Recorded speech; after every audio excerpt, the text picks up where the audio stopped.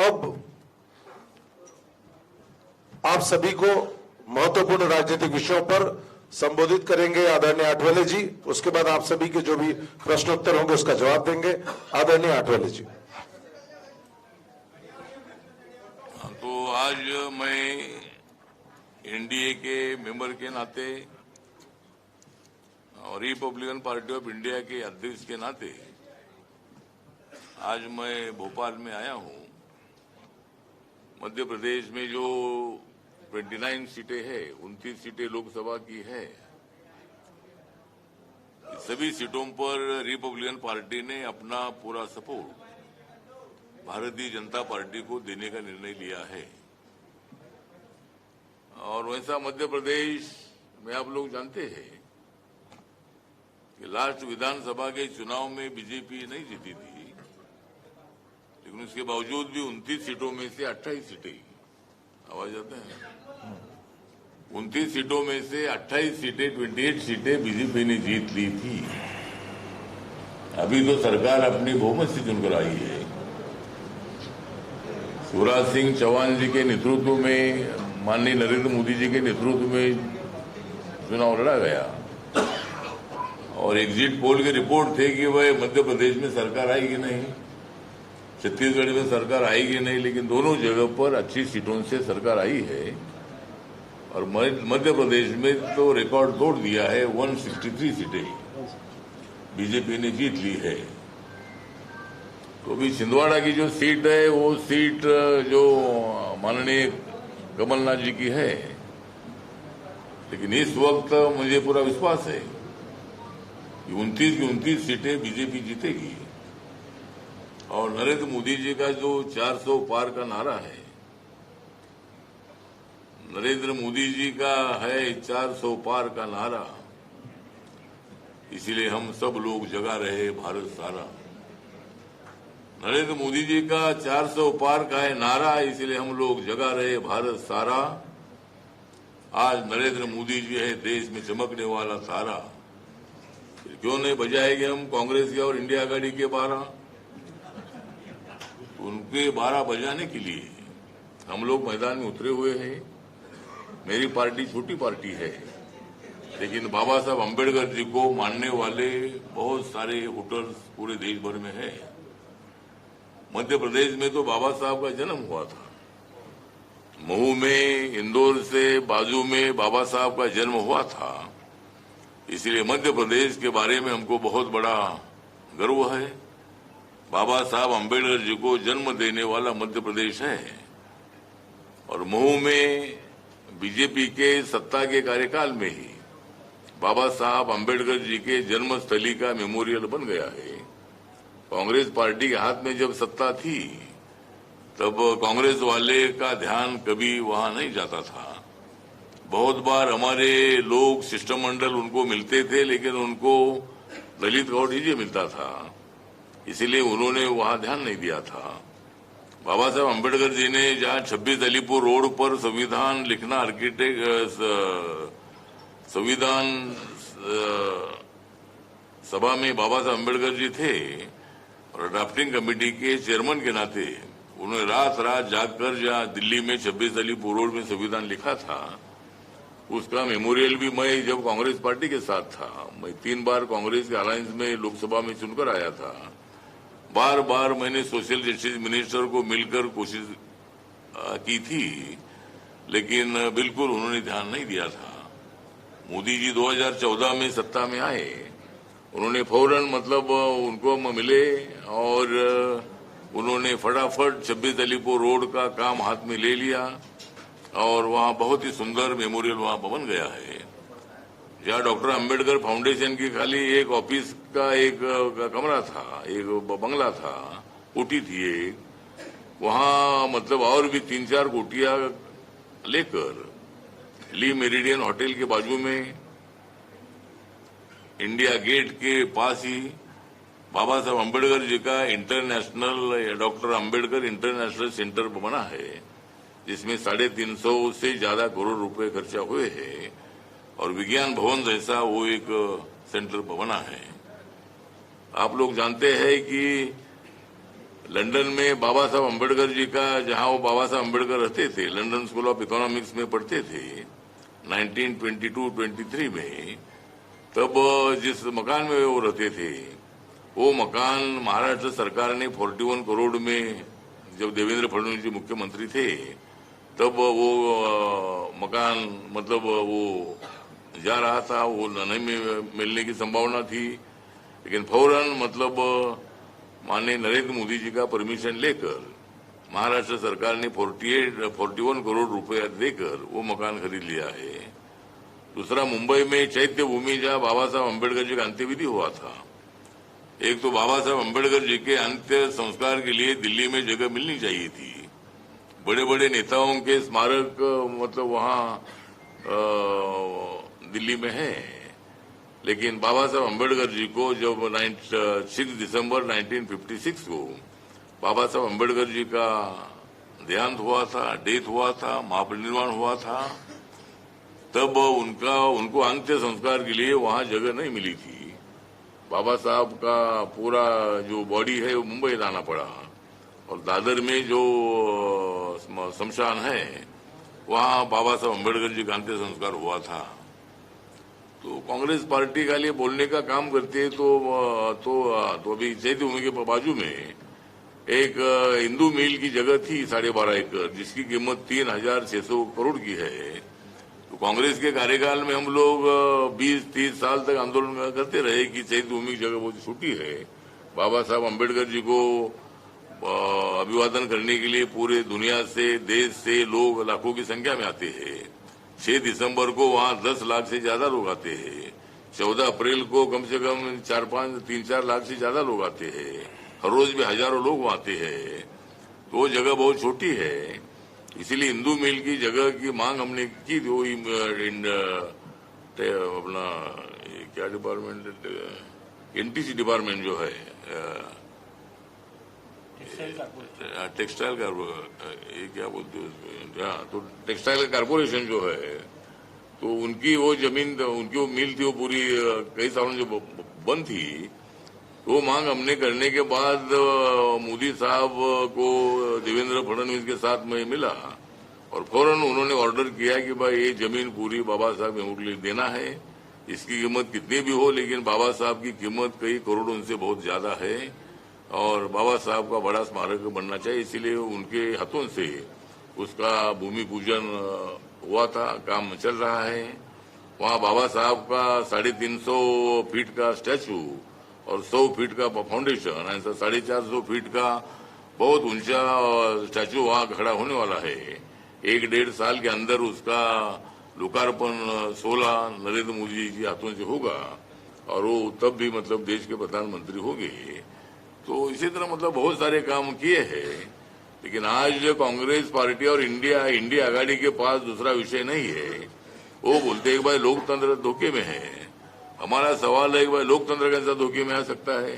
हम चुनाव में जा रहे हैं, हम लोगों को वोट मांग रहे हैं, हमने 10 साल में ये काम किया है, हम बोल रहे हैं, और जनता हमको जरूर मतलब मोदी जी के नेतृत्व पर उनका विश्वास है। तो लोकतंत्र धोखे में कैसा हो सकता है? तुम्हारी पार्टी धोखे में है, कांग्रेस पार्टी धोखे में है, इंडिया आघाड़ी धोखे में है, और धोखे में नहीं वो खोखे में है। तो इसीलिए मुझे लगता है कि इसी तरह का प्रचार करना ठीक नहीं है। एक अभी मैं गया था, मैं छत्तीसगढ़ में गया था, वहां के एक एमपी कैंडिडेट के आदमी ने बोला कि मैं जीतूंगा और नरेंद्र मोदी जी मरेंगे।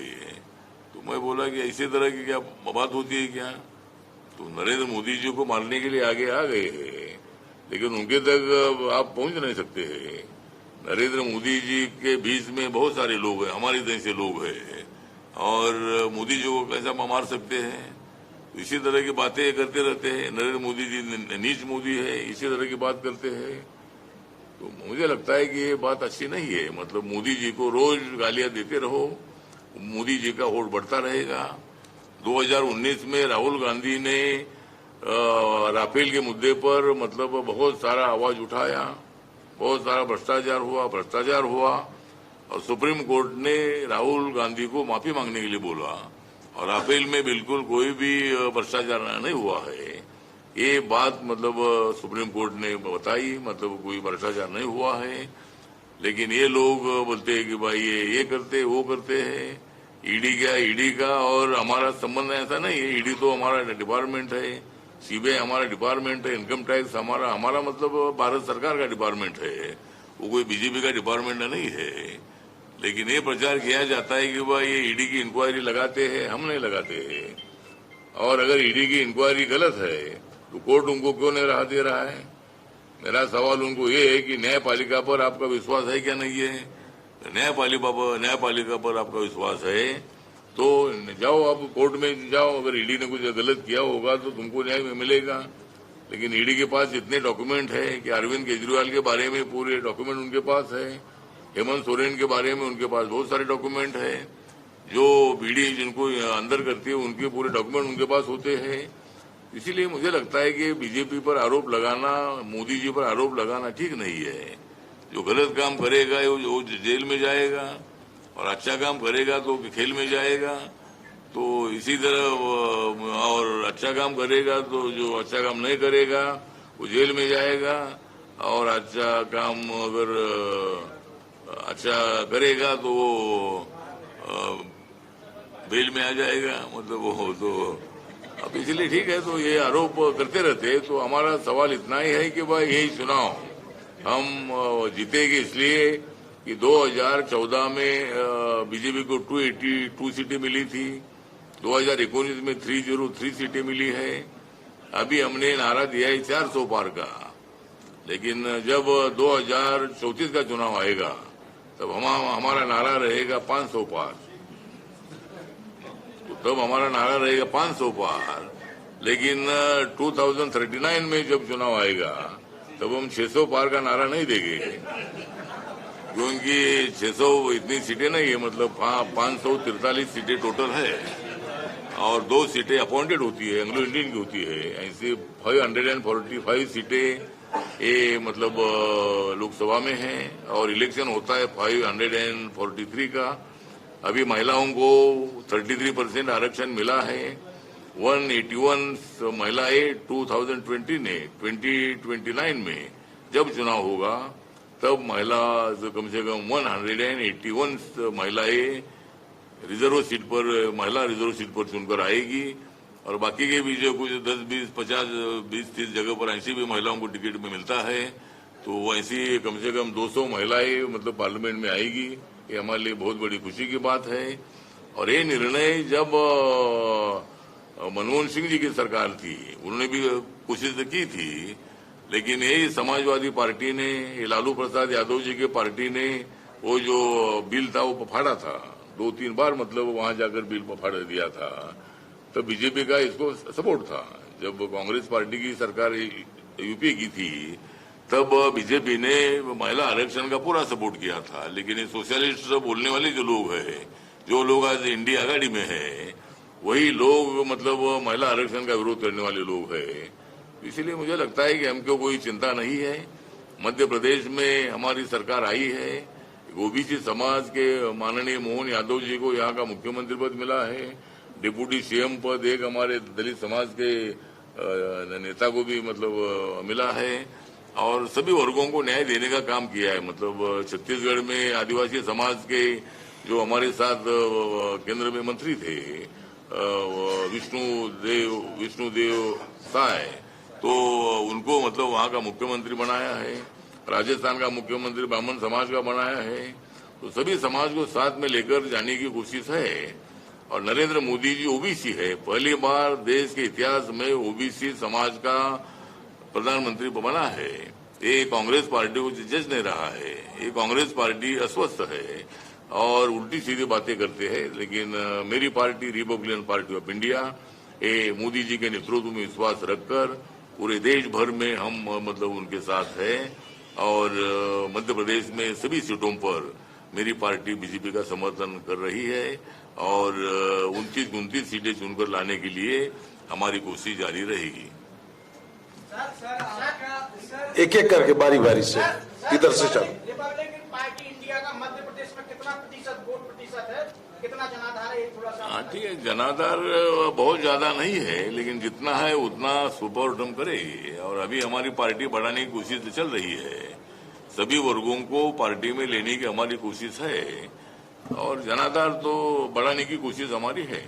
सर, मोदी जी की इतनी प्रचंड लहर के बीच में महाराष्ट्र में राष्ट्रीय स्तर में क्षेत्रीय पार्टियों का क्या भविष्य है आपके हिसाब से? क्या क्या छे? आपके हिसाब से क्षेत्रीय पार्टियों का, रीजनल पार्टीज का क्या भविष्य है मोदी जी की ऐसी प्रचंड लहर के बीच में? मोदी जी के भविष्य में मतलब जो रीजनल पार्टी, जो रीजनल स्टेट लेवल की पार्टियां है, जहां वो है ये पार्टियां। जहां तमिलनाडु में डीएमके है, हमारे उड़ीसा में नवीन पटनायक जी बिजू जनता दल है, बाकी जगह पर क्षेत्रीय पार्टियां है। जो पार्टी अच्छा काम करेगी वो टिककर रहेगी, और नहीं अच्छा काम करेगी तो वहां बीजेपी की सरकार आएगी। अभी ममता बनर्जी के स्टेट में बहुत गुंडागर्दी चल रही है, और कम्युनिस्ट के जमाने में भी इतनी गुंडागर्दी नहीं थी, उससे ज्यादा गुंडागर्दी अभी ममता जी के टाइम पर हो रही है। वहां मतलब ईडी के लोग, सीबीआई के लोग, एनआईए के लोग जाते हैं तो उनके ऊपर पथराव किया जाता है। तो ऐसा पहले कभी नहीं हुआ है। तो उनको इंक्वायरी करनी तो आपकी बात तो कोर्ट में रखने का आपको अधिकार है, लेकिन इसी तरह की गुंडागर्दी वहां चल रही है। एक मिनट इनके बाद गोविंद भाई, इनके बाद गोविंद जी, एक मिनट इनके बाद हाँ। आपने 2 दिन पहले स्टेटमेंट दिया कि अगर एनडीए ने संविधान बदलने की कोशिश करी तो वो आप उनसे समर्थन छीन लें। आपके इस दावे में कितना परसेंट है? 70-30, 50-50? नहीं, मैंने बोला था कि भाई ये नरेंद्र मोदी जी संविधान बचाने का काम कर रहे हैं। नरेंद्र मोदी जी ने 2019 में जब उनका नाम एनडीए के लीडर के नाते अनाउंस हुआ था, तब सेंट्रल हॉल में बहुत बड़ा संविधान का किताब रखकर उन्होंने संविधान को माथा टेका था। और जो काम कर रहे हो डेमोक्रेटिक काम कर रहे हैं, वो काम कर रहे हैं, बाबा साहब का संविधान मजबूत करने के लिए काम कर रहे हैं। लेकिन ये इंडिया आघाड़ी वाले जो है ये रोज बात करते हैं कि भाई संविधान बदलेगी, दलित समाज में, माइनॉरिटी में गुमराह करने का काम ये करते रहते हैं। एक बाजू में राहुल गांधी भारत जोड़ो यात्रा निकालते हैं और भारत तोड़ो का काम करते हैं। जहाँ न्याय यात्रा निकालते, जब हाथ में सत्ता थी तब न्याय नहीं दिया, अभी आपके हाथ में सत्ता नहीं है कि क्या न्याय देगी आप? तो इसी तरह मुझे लगता है कि मैंने ये बोला था कि संविधान बिल्कुल बदलने वाला नहीं है, कोई भी नहीं बदल सकते है। लेकिन अगर ऐसा हुआ, कुछ लोगों को ऐसा लगता होगा कि मैं सत्ता के लिए मैं बीजेपी के साथ हूँ, ऐसा नहीं है। मैं विचारधारा लेकर मैं बीजेपी के साथ हूँ, और अगर ऐसा संविधान बदलेगा तो मैं रिजाइन दे दूंगा, ऐसा मैं बोला था। मतलब संविधान बदलने का विषय ना नहीं है। लेकिन मोदी जी ने कल नागपुर में पूरा स्पष्ट किया है कि मैं संविधान मजबूत कर रहा हूँ। मैंने 370 आर्टिकल हटाकर जम्मू कश्मीर में भारत का संविधान लागू किया है, और ये काम मैंने इतना किया। बाबा साहब का सपना था कि महिलाओं को आरक्षण मिलना चाहिए, वो निर्णय मोदी सरकार ने लिया है। बाबा साहब के बारे में बहुत अच्छी बात वो हमेशा करते रहते हैं। तो इसीलिए मुझे लगता है कि संविधान बदलने की अफवाह फैलाने का काम ही करते हैं, समाज को गुमराह करने का काम ही कर रहे हैं। तो इसीलिए मैंने ऐसा ही बोला था कि भाई मैं कोई सत्ता के लिए सत्ता में नहीं हूँ, मैं समाज के लिए सत्ता में हूँ, और मोदी जी प्रधानमंत्री बनेंगे तो मैं तो मंत्री बनूंगा ही।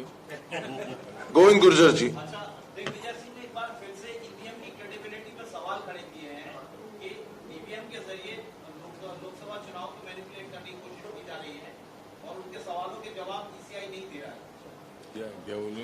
दिग्विजय सिंह ने ईवीएम पे सवाल खड़े करे और चुनाव आयोग उनका जवाब नहीं दे रहा है, दिग्विजय सिंह ने कहा आज। नहीं, मुझे लगता है कि ईवीएम मशीन कोई नरेंद्र मोदी साहब ने नहीं लाई है। ईवीएम मशीन कांग्रेस के कार्यकाल में आई है, और जो बैलेट पेपर पर जो वोटिंग होता था उसके लिए काउंटिंग के लिए बहुत टाइम लगता था, फिर वो सब देखने के लिए बहुत टाइम लगता था। अभी वो जो ईवीएम मशीन होती है वहाँ नाम रहता है या सिंबल होता है, वो बटन दबाएंगे तो 1 सेकंड के अंदर वो वोट होता है। तो ये देश, दुनिया में कई देशों में ये सिस्टम थी, तो कांग्रेस के कार्यकाल में ये सिस्टम आई है, मोदी साहब ने सिस्टम नहीं लाई है। और जब तुम्हारा वायनाड में जब राहुल गांधी चुनकर आते हैं तो वहाँ मशीन अच्छी रहती है, लेकिन अमेठी में जब हारते हैं तो मशीन बिगड़ी हुई रहती है। तो ये तो बात अच्छी नहीं है। जब राजस्थान में आप 5 साल पहले तुम सत्ता में आए, मध्य प्रदेश में सत्ता में आए, छत्तीसगढ़ में आप सत्ता में आए, तो वो तब मशीन अच्छी थी। तो इसीलिए मुझे लगता है कि ईवीएम मशीन पर ऐसे सवाल उठाते हैं। और निर्णय लेना है तो ले लो, अगर बैलेट पेपर का निर्णय लेना है तो भी ले लो, वो हम ले लेंगे तो हमारा वोट और भी ज्यादा बढ़ेगा। जो हमारे कुछ वोटों से कुछ लोग हारते हैं वो भी चुनकर आएंगे, क्योंकि तुम्हारी जैसी मशीन बिगड़ी हुई रहती है जैसे हमारी मशीन बिगड़ती है कभी कभी। इसीलिए मुझे लगता है कि ऐसा कुछ नहीं ईवीएम मशीन का। जब निर्णय होगा तो बैलेट पेपर के लिए भी हम तैयार है, हमारी कुछ हम डरते हैं ऐसा बिल्कुल नहीं है। आठवले साहब, आठवले जी का रूप तय करता है कि सरकार किसकी बन रही केंद्र में, इस बार रूप स्पष्ट है। नहीं, मुझे पॉलिटिकल हवा का रुख मालूम होता है कि भाई हवा किन से दिशा से बहने वाली है। लेकिन बात ये सही है कि कुछ लोग मेरे ऊपर आरोप करते हैं कि भाई जिनकी सत्ता होती है वहाँ आठवले होते हैं, लेकिन जहाँ आठवले होते हैं वहाँ सत्ता होती है। और इसलिए तो हमारा जो वोट है बैलेंसिंग वोट है, छोटा छोटा भी हमारा वोट हो, लेकिन हम हर जगह पर जिनके साथ रहते हैं उनको सपोर्ट करते हैं। जब हम कांग्रेस पार्टी के साथ भी थे तब उनकी सत्ता आती थी, और मैं जब बाहर निकला तो उनकी सत्ता चली गई है। और इन्होंने गुस्से से मेरा सामान बाहर निकाला था। मैं 2009 में शिरडी से लड़ा था और मुझे कांग्रेस पार्टी ने उधर हराया था। और बाद में मेरा मकान एटी लोधी स्टेट था, खान मार्केट के सामने। तो मैं एक 3-4 महीना में 6 महीने का भाड़ा भरकर सामान खाली करने वाला था, लेकिन मैं कांग्रेस पार्टी का अलायंस तोड़कर मैं गया था। हमने रिपब्लिकन लेफ्ट डेमोक्रेटिक फ्रंट बनाई थी, थर्ड फ्रंट बनाई थी, तो मेरा सामान लॉक निकालकर मेरा सामान बाहर निकाला था। ऐसा कभी पहले हुआ नहीं। कितना भाड़ा 4-4, 10-10 साल लोग रहते वहाँ, कई लोग पहले रहते थे, उनका किराया नहीं लेते थे, लेकिन मैं किराया भरने वाला था। लेकिन उसके बावजूद भी ताले को, बंगले को ताला लगाना चाहिए था। बंगले के अंदर का सामान मेरा कैसे निकाल सकते हैं ये? मैं रॉबरी की केस डालने वाला था, लेकिन मेरे पास टाइम नहीं है कोर्ट जाने के लिए, इसलिए मैंने डाला नहीं होके। लेकिन मेरा तो सामान पूरा बाहर निकाला। बाबा साहब की मूर्तियां थी, बुद्ध की मूर्तियां थी, किताब थे, मेरे कपड़े थे, तो पूरा इन्होंने सामान बाहर निकाला एकदम। हमने किधर, तो एक आदमी के पास मैंने रखा था वो सामान मेरा। इसी अनुभव के आधार पर राहुल गांधी का सामान निकलवाया। हाँ, राहुल गांधी का सामान निकलवाया नहीं, राहुल गांधी का तो सामान नहीं निकलवा है। वो तो जब कोर्ट का जजमेंट आया ना, वो तो गुजरात कोर्ट का जजमेंट आया, उनकी मेंबरशिप खत्म की, तो उसके बाद राहुल गांधी को नोटिस दिया था कि भाई आप बांग्ला खाली करो। मतलब उनका सामान वगैरह बाहर निकाला था ऐसा बिल्कुल नहीं है, लेकिन राहुल गांधी को बाहर निकाला था, बंगले के बाहर राहुल गांधी को निकाला था, सामान नहीं निकाला था।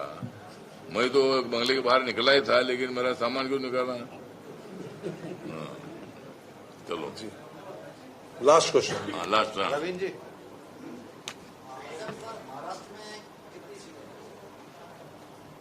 नहीं, महाराष्ट्र में 48 सीटें हैं। अभी रिपब्लिकन पार्टी ने 2 सीट मांगी थी, लेकिन मेरी राज्यसभा 2026 तक है।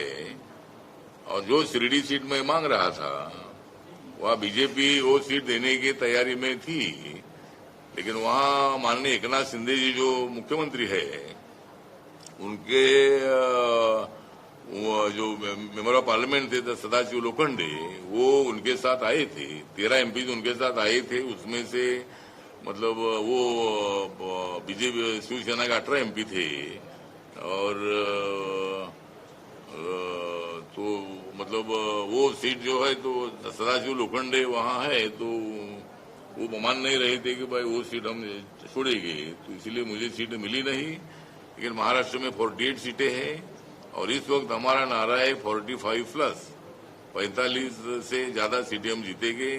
और मोदी जी ने आह्वान किया है कि भाई 48 सीटें मिलनी चाहिए। उसके लिए जरूर हमारी महायुति जो है, जो एनडीए हमारी है महाराष्ट्र की, वो कोशिश कर रही है और सभी सीटें जीतने का हमारा प्लान है। एमपी में छिंदवाड़ा सीट कमलनाथ की कभी जीत नहीं पाते हैं। जो महाराष्ट्र से लगी है छिंदवाड़ा सीट, कमलनाथ की कभी भी जीत नहीं पाती बीजेपी। मोदी लहर में 2014 में भी नहीं जीत पाई। अब इस बार क्या लग रहा है? नहीं, इस बार मोदी सरकार, मतलब इस बार 400 पार और छिंदवाड़ा की करेंगे हम हार।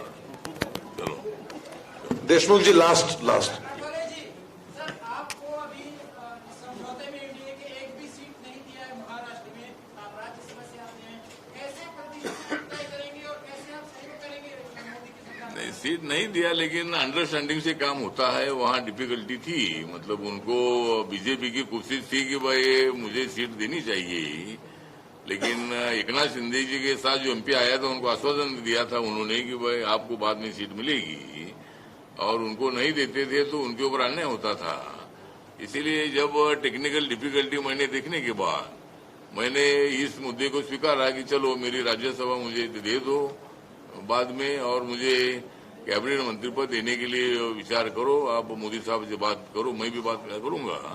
लेकिन देवेंद्र जी को मैंने बोला है कि भाई आप महाराष्ट्र की तरफ से मतलब बात करो कि भाई इन्होंने को एक भी सीट नहीं दी है, लेकिन विधानसभा में आरपीआई को एक 8-10 सीटें देने के बारे में, महाराष्ट्र में एक मंत्री पद, एक एमएलसी और सत्ता में भागीदारी देने का भी आश्वासन मुझे दिया है।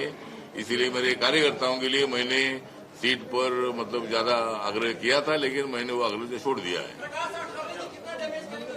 हाँ,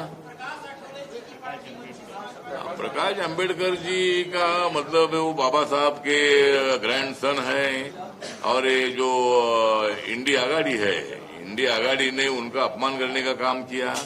उन्होंने मल्लिकार्जुन खड़गे को पत्र लिखा था कि मैं आपके आघाड़ी में, महाविकास आघाड़ी में आना चाहता हूँ, इंडिया आघाड़ी में आना चाहता हूँ, लेकिन उनके तरफ कोई ध्यान नहीं दिया गया। उनका अपमान करने का काम ये महाविकास आघाड़ी ने किया है। इसलिए उन्होंने मतलब महाविकास आघाड़ी पर में न जाने का निर्णय लिया, नहीं उन्होंने न लेने का निर्णय लिया महाविकास आघाड़ी ने। इसीलिए उन्होंने अपने बलबूते पर 48 सीटें लड़ने का निर्णय लिया है। मतलब वो कुछ सीटें लड़ रहे हैं, कुछ किधर सपोर्ट कर रहे हैं, लेकिन प्रकाश अंबेडकर ने जो निर्णय लिया है वो सही निर्णय है, और वो अपने बलबूते पर चुनाव लड़ रहे हैं। धन्यवाद।